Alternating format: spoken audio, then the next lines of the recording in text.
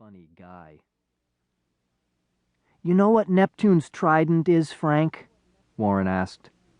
"That big fork he carries around?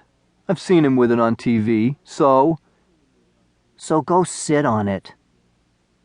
This time no one laughed but Rick. It used to be that everyone called Warren Warren. That was before he learned that the old hag who lived next door to him was a witch. A real witch. She caught him late one night raiding her garden. She said that if he was determined to eat like a pig, she'd make it easy for him. Warren ran around on all fours, squealing, for 2 whole months. Dr. Feilberg said he was lucky to have recovered as much as he had, but it would go beyond luck for him to recover any further.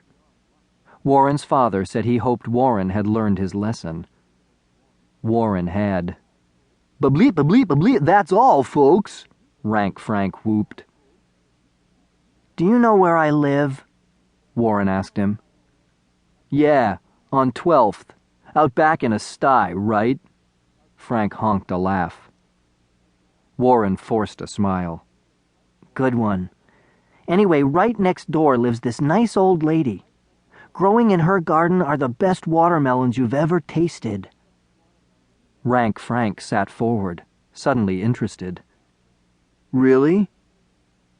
"As soon as the sun goes down, they're yours for the taking."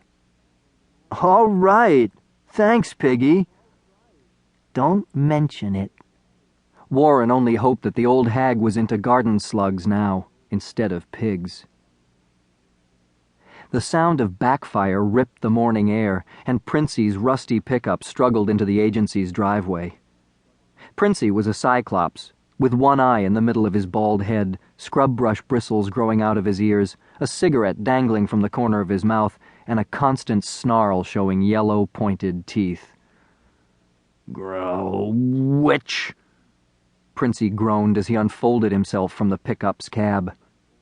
Princey was tall, over 8 feet, and pickups were small. Driving to work never left him in a very good mood.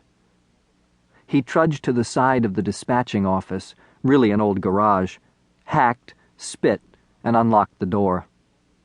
He went inside, and a moment later the garage door opened to reveal Princey leaning on the desk he'd built. He scowled even more than normal and smacked his lips as if he'd eaten a bad skunk for breakfast. His bleary eyes scanned the bleachers. "Trumbull, you're on time!" Princey said everything in capitals. "Yes, sir," Warren answered. "Where's O'Rourke, Chen, and Harper?" Princey waved away any answer. "Forget it. I know where they are." He studied the tattered spiral notebook that served as a work log. "Here's today's assignments." Princey wasn't much for small talk. "Divine, come here." Rank Frank rose and grinned his way to the desk. He could grin because he knew he was getting the best assignment available. He wasn't named Divine for nothing. His dad was Jupiter, the king of the Olympian gods, and Princey always stayed on Daddy's good side.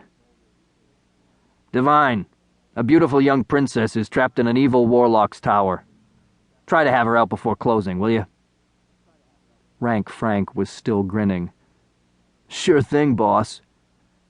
He wrote down the address from the log and was gone on his 58-speed touring bike, a gift from his father, before anyone could tell him what a lucky scuzz he was. "Rodriguez!" Rodriguez stepped forward. Princey didn't like Rodriguez, especially when he'd first had to be nice to Frank. "Old man Frederick wants his horse barn cleaned out. Find a river and see what you can do." Warren groaned in sympathy for Rodriguez.